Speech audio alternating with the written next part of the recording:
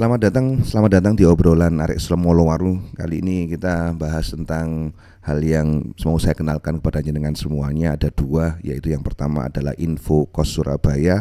Saya menyediakan informasi kos-kosan kepada jenengan semuanya, kontrakan gitu ya, terutama di Surabaya Timur.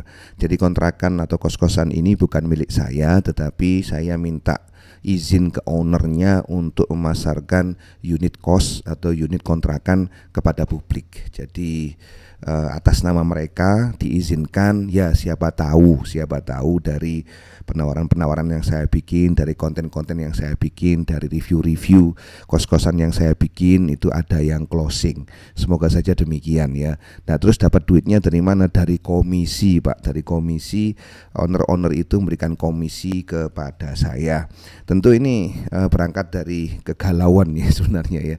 Jadi kalau mau jujur saja, saat ini umur saya sudah 40 tahun, ada 3 orang anak ya yang masih kecil-kecil, sedangkan pendapatan bulanan ini belum jelas. Nah, dari situ memang harus bergerak. Ini harus cari cara supaya bisa survive, supaya bisa menghidupi 3 orang anak dan 1 istri.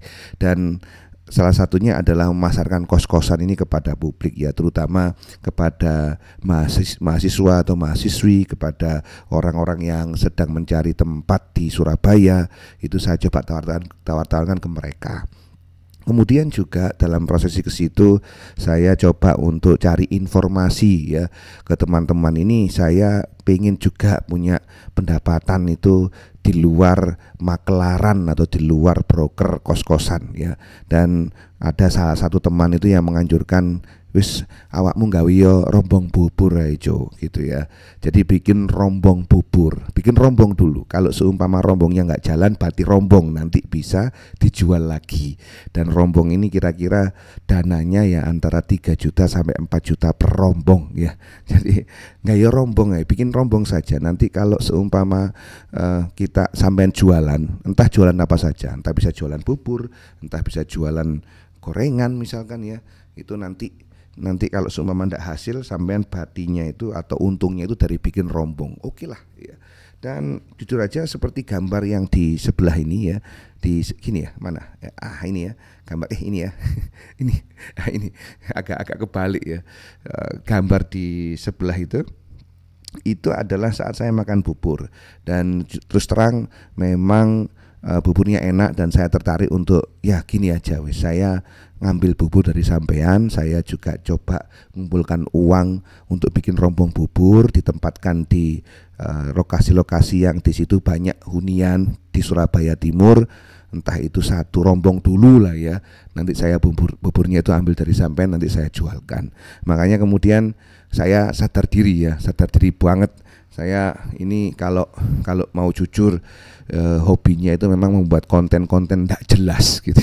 Kenapa saya bilang tidak jelas? Karena konten kreasi yang saya bikin, yang saya tahu sejak tahun 2017 itu saya serius untuk mengerjakan konten-konten digital. 2017 saya kenapa kok tahu itu ada laptop di situ, laptop PC ya, itu saya tanggalin Jumat Pahing 3 November 2017, sampai detik ini juga belum bisa menghasilkan AdSense ya. Jadi konten kreasinya tidak menghasilkan. Tapi saya melihat bahwa konten kreasi, kalau membuat konten digital seperti ini itu bagus sekali untuk memasarkan produk ya.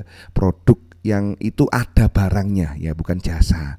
Kalau jasa misalkan jasa sewa pickup atau jasa angkutan atau apalagi ya jasa konten kreasi sendiri, itu saya lakuin itu agak sulit bosku. Jadi seperti jasa tukang. Nah, kalau jasa tukang tuh banyak yang butuhkan, karena banyak yang butuhkan, orang cenderung untuk membanding-bandingkan harga di situ. Nah, tapi kalau barang itu relatif lebih, kalau menurut pengalaman saya ya, menawarkan barang itu relatif lebih mudah, apalagi barangnya itu barang-barang yang dibutuhkan massal ya, kayak makanan, minuman. Tentu saja itu bukan variabel independen, hanya satu variabel makanan pasti laku, ndak. Nah, makanannya harus enak, harus resepnya juga harus dijaga, tahu detail resepnya bagaimana, sehingga membuat bubur ataupun ayam ataupun apapun ya Pak, kari ataupun sate 10 tahun ya rasanya sama, itu bisa. Jadi sudah terstandar lah kira-kira begitu. Nah, Kan sekalian saya coba untuk mencari apa ya, kutubnya ini gimana ini, saya itu bergerak di mananya. Saya sebagai konten kreator, saya juga apa namanya ingin mengenalkan usaha saya ini ke publik, ke jenengan semuanya. Itu bagaimana ya dengan membuat konten seperti ini, dengan membuat apa obrolan-obrolan seperti ini ya. Saya cerita kepada jenengan sambil mengenalkan apa yang saya lakukan, apa yang saya tekuni, sehingga nanti Anda bisa kenal, kemudian melihat konten-konten yang saya bikin misalkan, jadi tahu juga usaha yang sedang saya jalankan. Memang mengenalkan ini juga tidak mudah ya, apalagi basicnya kita ini bukan orang terkenal ya. Basicnya ini kita hanya warga negara biasa yang coba untuk aktif di internet dengan mengupload video, reaksi video, atau hal-hal kita ngobrolin hal-hal yang bermanfaat misalkan, itu coba untuk menggait audiens di situ ya, menggait audiens di situ, entah itu lewat YouTube, entah itu lewat TikTok, entah itu lewat Instagram, entah itu lewat Facebook. Kita coba untuk menawarkan diri, mengenalkan diri ke publik. Ini ada saya, kira-kira begitu. Semuanya entah itu influencer itu juga berlaku demikian, mengenalkan diri ke publik ya. Syukur-syukur kalau dikenal, kalau enggak syukur-syukur ya sudah, gimana lagi, berarti tidak diharapkan publik, tidak diminati publik. Artinya apa ya, pasarnya tidak mengendaki lah, kira-kira demikian. Tapi begini, saya melihat bahwa oke, sekarang konten kreasi saya lakukan hampir setiap hari, membuat konten sebisa mungkin membuat video, entah itu video reaksi atau obrolan-obrolan seperti ini ya.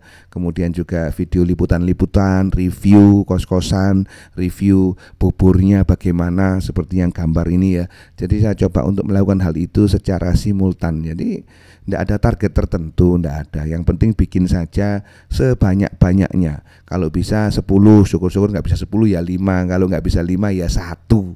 Jadi nggak terlalu ngoyo ya. Kenapa nggak terlalu ngoyo? Karena bisa saja satu video yang tidak kita kehendaki itu jadi FYP atau jadi apa ya, jadi diminati publik, kita tidak tahu. Yang penting kita bergerak setiap hari. Kadang-kadang kita ini juga tidak bisa menargetkan harus 10 konten video ya. Karena apa? Karena mungkin ada urusan dengan keluarga, ada urusan dengan misalkan dengan apa namanya itu anak ya, jemput anak sekolah, ngajari anak ketika pulang ke rumah, ngantar anak ngaji dan lain sebagainya, seperti itulah. Jadi kita sangat-sangat fleksibel saja. Baiklah, begitu saja bahasanya. Intinya pembahasan ini di akhir adalah satu, channel ini berusaha untuk menjelaskan kepada jenengan, mengenalkan kepada jenengan tentang dua hal, yaitu info kos Surabaya, kemudian juga dengan bubur kacang ijo Surabaya ya, mengenalkan ke publik. Kemudian kedua, coba untuk menawarkan diri atau mengenalkan diri ke jenengan tentang konten-konten yang saya bikin. Semoga saja konten-konten yang saya bikin ini bisa bermanfaat bagi jenengan semuanya. Matur nuwun, kita jumpa lagi di lain kesempatan ya. Terima kasih banyak.